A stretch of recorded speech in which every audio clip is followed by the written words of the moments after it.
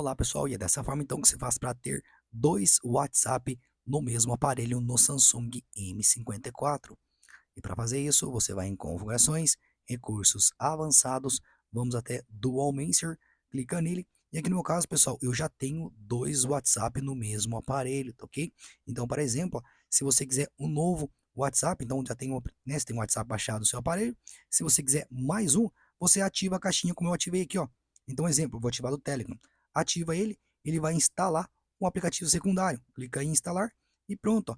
Ele vai instalar, instalou, então vai ficar dessa forma. Então, no aplicativo secundário seu, ele tem aí, ó, essa, né, essa parte laranja dele, ó. Então, vem aqui, ó.